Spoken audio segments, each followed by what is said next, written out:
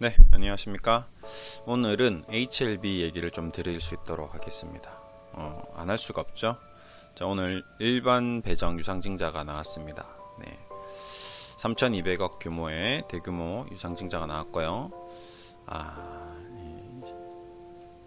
이게 좀 예상보다 조금, 생각보다 조금, 그렇죠. 유상증자는 좀 그렇습니다. 일단 타법인 증권 취득 자금으로 2,553억, 영업 양수 자금으로 600억, 채무 상환 자금 70억. HLB에 대한 재무제표를 제가 보여드리면 아마 다들 별로 좋아하진 않으실 겁니다. 바이오 기업의 재무제표를 왜 자꾸 보냐라고 할 수 있는데, 이렇게 유상증자를 할 수밖에 없는 게 자금을 계속 어쩔 수 없습니다. 계속 투자를 해야 되고, 계속 돈을 버는, 지금 현재 돈을 버는 게 아니고 미래 돈을 버는 거기 때문에 불가피하게 그럴 수밖에 없다. 하지만 이런 걸로 인해서 상장 폐지되거나 관리 종목이 되거나 그러진 않습니다. 지금 아시다시피 바이오 기업은 국가에서 어떤 지원을 해주기 때문에 수많은 바이오 기업들이 재무제표가 다 적자입니다. 괜찮습니다. 그래서 그 부분에 대해서는 걱정 안 하셔도 될 것 같습니다. 다만 이제 그 유상증자를 할 수밖에 없다는 거에 대해서 미리 항상 염두를 두고 투자를 하셔야 된다는 거죠.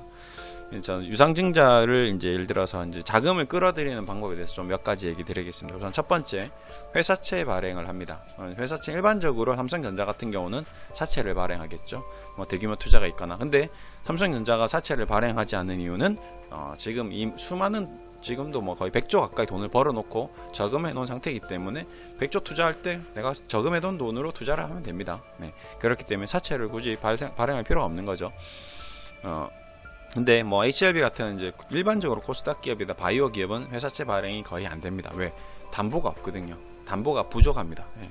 담보가 은행권에서 3천억을 대출을 해주려고 보니까 땅이 있는 것도 아니고 건물이 있는 것도 아니고 이제 앞에 연구 개발 제품을 보고 발행해 주겠다? 좀 무리죠. 왜? 이건 자산으로 무형 자산이기 때문에 지금 유형 자산으로 보시면 자산 총계가 3천억인데 이 자산 3천억으로 담보 대출을 한다면 절반 정도, 한 1,500 정도 해주겠지만 그걸로는 지금 힘들 거고, 또 회사에도 이자 내가면서 하는 것보다는 별로 좀 좋지 않습니다. 그래서 두 번째 방법이 이제 증자 쪽으로 방향을 돌리게 되는 거죠. 그래서 이제 증자를 할 때는 아무래도 첫 번째는 제3자 배정을 항상 물색을 합니다. HLB도 제3자 배정을 계속 트라이를 했을 거예요. 이쪽 저쪽 다 확인을 해봤을 겁니다. 근데 결국에는 3자 배정이 안 된 것 같아요. 그러고 나서 이제 3자 배정이 안 되면 두 번째 방법으로 이제 BW나 CB 이런 쪽으로, 또 저번에도 한번 했었는데 또 추가로 하기에는 이제 좀 부담스럽죠. 왜? 최근에 라임 사태가 좀 불거지면서 전반적으로 이 사모펀드 시장이나 이런 CB나 BW 시장이 조금 안 좋아졌습니다. 그러다 보니까 또 저번에 발행했는데 이번에 또 발행한다? 그러면 저쪽에서 좀 부담스러워 하는 거죠. 그렇게 되고, 여기서 더 나쁘게 정크펀드 쪽이나 지금 예를 들어서 일반 CB나 BW 담보로 또 사채를 발행한다, 이런 말도 안 되는 ABS 자산 유동화 증권 이런 쪽으로 가버리면 이제 회사는 망하는 거고요. 그쪽은 거의 안 합니다. 손을 안 댑니다. 대신에 이제 마지막 남은 게 이거 해보고 다 안 된 게 이제 어쩔 수 없다 해서 이제 일반 배정으로 이제 주주 대상으로 합니다. 왜?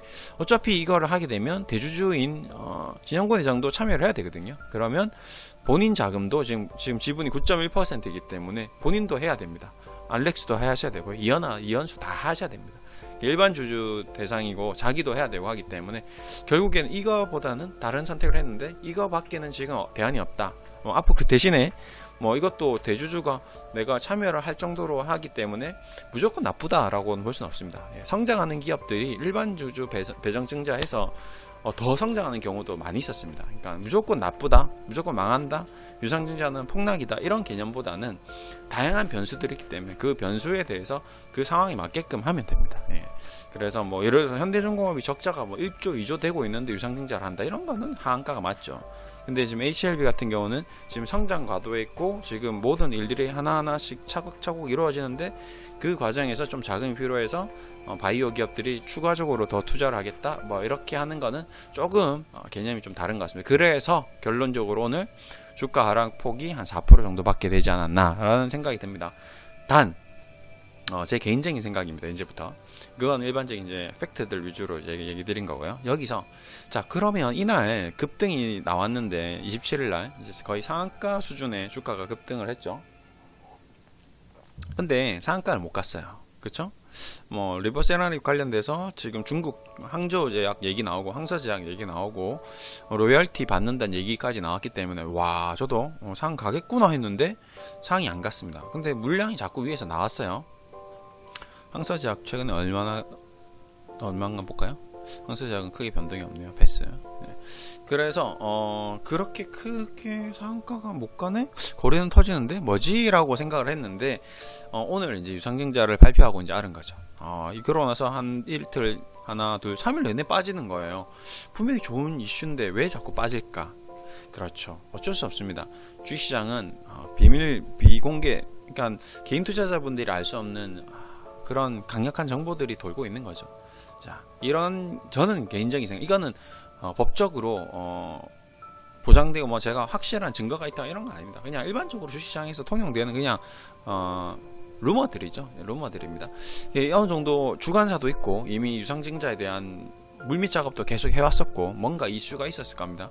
그 과정에서 정보들을 내부자들은 좀 알고 있었겠죠. 그럼 내부자들이 멍청하게 내부자 자기 본인 명의로 주식 거래할 것이냐? 저는 절대 안 한다고 봅니다. 우리가 차도 대포차가 있고 폰도 대포폰이 있습니다. 주식 계좌라고 대포 주식 계좌가 없을까요? 다 비밀 계좌, 차명 계좌, 누구 이름으로 있는 아무도 모르는 계좌로 다 거래를 할 겁니다. 그런 계좌들이 이 호재를 보내고 위에서 물량을 좀 여기서 좀 정리가 된 게 아닌가라는 게 제 개인적인 생각입니다. 어디가 개인적인 생각입니다. 절대 공증된 자료들이 아닙니다. 그러고 나서 거제 뭐 지금 한 3일 연속 두두둑 빠졌죠. 이 빠진 게 물량이 저는 또 물량이 계속 좀 출회된 게 아닌가 그런 생각이 좀 개인적으로 들었습니다. 왜 오늘 이렇게 유상증자 발표하니 이제 더 확신이 드는 거죠. 그래서 지금 앞으로 이제 어떻게 해야 되느냐 이제 고민이 좀 드는 거죠. 그래서 제가 개인적인 생각입니다. 또 참고 자료입니다. 이건 아무런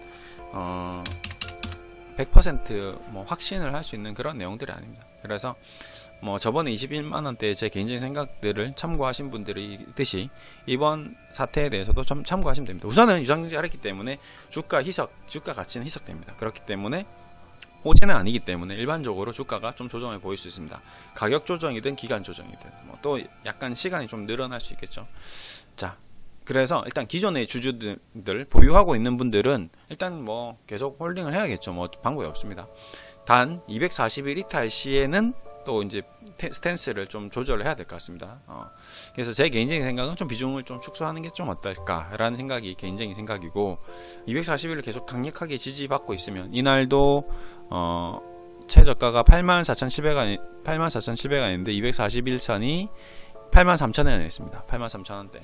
83,000원대를 계속 강력하게 지지를 받고 있으니까 세력들이 계속 끌고 나가겠죠. 끌고 나갈 겁니다. 지지를 하면서 끌고 나가는 세력들이 있고 이탈시켜서 망가뜨렸다가 가는 세력도 있습니다. 그러면 같이 망가뜨릴 때는 좀 같이 발을 한 발 뺐다가 나중에 좀 추가적으로 조정을 받았을 때 다시 들어가는 것도 하나의 방법입니다. 그냥 개인적인 생각입니다. 아시겠죠? 뭐 이게 뭐 확실한 건 아니기 때문에 그런 방법이 있고, 근데 세력들이 241을 강력하게 지지하면서 올라갈 수도 있는 겁니다. 그렇죠? 그러면 제 생각에는 241 근접 시 한번 자금을 한번 투입해서 베팅을 한번 해보는 게 좀 어떨까. 대신에 240일 근접해서 8만 뭐 3, 4천원 4, 5천원 왔는데 매수했는데 여기서 뭐 장 열리자마자 뭐 갭 하락 출발하면서 240일 깨고 나간다. 그러면 바로 2, 3% 정도 손실을 보면서 그냥 손절하고 나가버리면 되겠죠. 이거는 이제 그냥 일종의 단기 트레이딩 관점에서 매매 전략이지 뭐 이게 맞다 틀리다 이런 건 아닙니다. 뭐 제 의견을 참고하실 분들은 참고를 하실 수 있는 거고 그냥 그래 네 생각은 그렇구나 이 정도로만 받아들이시면 됩니다. 뭐 엄청난 게 아니거든요. 주식에 대해서 제가 뭐 100% 다 꿰차고 다 확실히 알고 있다면 제가 지금 이 자리에 여기서 이런 방송을 안 찍고 있습니다. 그냥 제가 모든 자금 다 끌어와서 H7B를 딱 제가 알고 있는 그 가격대에 딱 사고 팔고만 하면 되겠죠. 네, 그렇습니다. 그러니까 어느 정도 그냥 굉장히 경험적으로 이렇게 돼 이런 경우 확률적으로 이런 게 좀 높다. 그런 얘기 정도 수준으로 들으시면 됩니다. 그리고 제가 이제 최근에 이제 그 스펙주 얘기를 좀 많이 드렸습니다. 제 방송을 이제 꾸준히 보신 분들은 잘 아시겠지만, 뭐 HLB를 투자하시는 분들도 비중이 뭐 전체적으로 100% 들어가 있지는 않을 가능성이 높고, 일부 비중이 있는 분들은 이제 스펙주도 한번 해보시면 좋을 것 같고요. 그 스펙주에 대해서 여러 차례 소개를 했는데 오늘도 잠깐 좀 소개를 좀 해드릴 수 있도록 하겠습니다. 네. 저 종목이 하나 갑자기 급등을 하네요. 네. 스펙주가 뭐 한 번도 못 들어보신 분들이 있기 때문에 한번 잠깐만 좀 개념적인 부분은 제가 설명을 좀 해드리겠습니다. 스펙주는 일단 제 얘기가 아니고 한국거래소 측 얘기를 좀 드리겠습니다. 한국거래소에서 스펙주를 분석해 보니까 단기간 수익률이 한 40% 정도 된다고 합니다. 그 중에서 이제 합병이 성공한 회사는 100개 중에서 75개가 상승했고, 그 상승했던 기업 중에 수익률이 40%, 평균 39.1% 정도 됐다고 하네요. 그리고 한국거래소에서는 안정적인 투자 상품이라고 하겠습니다. 자, 또 두 번째, 스펙은 한국거래소에서 투자 위험도가 낮다라고 얘기했는데요. 왜 그러냐면 합병이 안 될 경우엔 투자 원금과 이자를 함께 돌려주기 때문이다. 그래서 안전하고, 합병이 성사될 경우에는 주가 급등, 아까처럼 40% 정도의 수익이 나왔다. 그래서 앞으로 대내외 악재가, 우리나라 지금 경제 상황이 좀 좋지가 않죠. 뭐 이런저런 급등이 계속 반복되고 있습니다. 이런 상황에서 스펙주는 상대적으로 손실이 제한된 상품이기 때문에 관심이 좀 높아질 수 있다라고 얘기를 드리고 있습니다. 그리고 이제 스펙주의 기본적인 개념은 원금이 보장되고 합병과 상장이라는 주식시장의 핵심 이슈로 시세 차익이 나올 수 있다. 뭐 이렇게 좀 보시면 됩니다. 그래서 제가 이제 이런 것들을 이제 계속 스케줄을, 합병 일정을 이제 리스트업을 하면서 이제 회원님들에게 좀 자문을 좀 해드리고 있습니다. 그러니까 이런 자문을 좀 받아보신다면 좀 도움이 될 것 같고요. 뭐 자문비는 어느 정도 조금 비용이 소요가 됩니다. 뭐 세상에 공짜 정신이 없습니다. 하루에 점심값 정도 내가 투자를 해서 밥을 먹고 우리가 일을 열심히 하듯이 우리 대학을 가서 등록금을 내고 공부를 해서 사회에 나와서 직장을 생활을 하듯이 조금의 어떤 소정의 비용은 발생된다 라는 거를 좀 알고 계셔야 되고요. 최근에 제가 스펙주로 수익 인증했던 자료들이 있습니다. 이런 것들을 보면 한 4번 정도 수익 실현을 했는데요. 첫 번째는 이제 DB금융 6호 스펙으로 지금 보시면 200, 160 회원님들 100만원 이런 식으로 수익 실현해 드렸습니다. 아까 말씀드렸던 30-40% 정도의 수익률, 투자 원금이 보장되면서 재밌죠. 그 다음에 두 번째 또 200만원 뭐 이런 거 DB금융 10호 스펙 가지고 또 200, 220, 150 이런 식으로 29% 수익 감사드립니다. 이런 식으로 수익 실현했습니다. 그러고 나서 또 이제 수익을 인정하고 나서 또 이제 조금씩 이제 단기 스윙을 해드렸어요. 제약주 같은 경우로 또 300, 320, 270, 11%, 19% 또 이렇게 또 스펙주로 수익이 나니까 좀 공격적으로 좀 이제 바이오 제약주도 투자를 해서 단기적으로 급등, 이번에 좀 코로나 사태로 수혜를 본 종목들을 수익을 좀 내드렸습니다. 그리고 또 어제 또 그제 3월 2일 날짜도 정해져 있죠. 네, 또 스펙주로 또 이제 급락했던 스펙주가 또 다시 급등이 나오길래 또 한 70만원, 이번 70%, 3%, 단기적으로 9% 이런 식으로 70만원씩 이렇게 수익 실현을 또 해드렸습니다. 스펙주가 좋은 점은 이번 코로나 사태에 전혀 손실이 없었다는 점, 그 다음에 코로나 사태에도 오히려 수익만 났다. 그러니까 마음은 편하고, 코로나 사태인데도 회원님들이 저한테 야, 지금 이 스펙주 어떻게 되냐라고 문의가 한 번도 안 왔습니다. 왜? 주가가 안 빠지니까. 근데 개별 주식은 급등락을 했죠. 개별 주식은 힘들어 했습니다. 그래서 앞으로 저는 이제 좀 스펙주 위주로 자문을 계속 해드린다 라고 좀 보시면 되실 것 같고요. 그래서 제가 이제 개인 자문을 원하시는 분들은 이제 문의 사항에 이제 문의를 좀 남겨주시면 되실 것 같습니다. 그리고 이제 스펙주가 거의 이제 저의 투자 전략의 핵심이고, 그 스펙주를 수익을 내면서 조금씩 한번 공격적으로 단기 스윙 이런 거 좀 나가고, 그다음에 현금을 최대한 많이 보유해 나가려고 합니다. 그래서 지금 모르겠습니다. 지금 시장이 워낙 힘든데요. 그런 힘든 시장에서도 좀 살아남을 수 있는 방법을 제가 최대한 찾아내려고 노력 중입니다. 좀 도움이 필요하신 분들은 문의를 하시면 되실 것 같고요. 그 다음에 HLB 같은 경우도 계속 앞으로도 성공 투자하실 수 있지 않을까. 이게 완전히 지금 이렇게 유상증자를 해 나가는데도 좋은 결과가 나오기 때문에 좋은 결과가 있을 거다라고 믿어 의심치 않습니다. 좀 힘내시고요. 화이팅 하겠습니다. 감사합니다.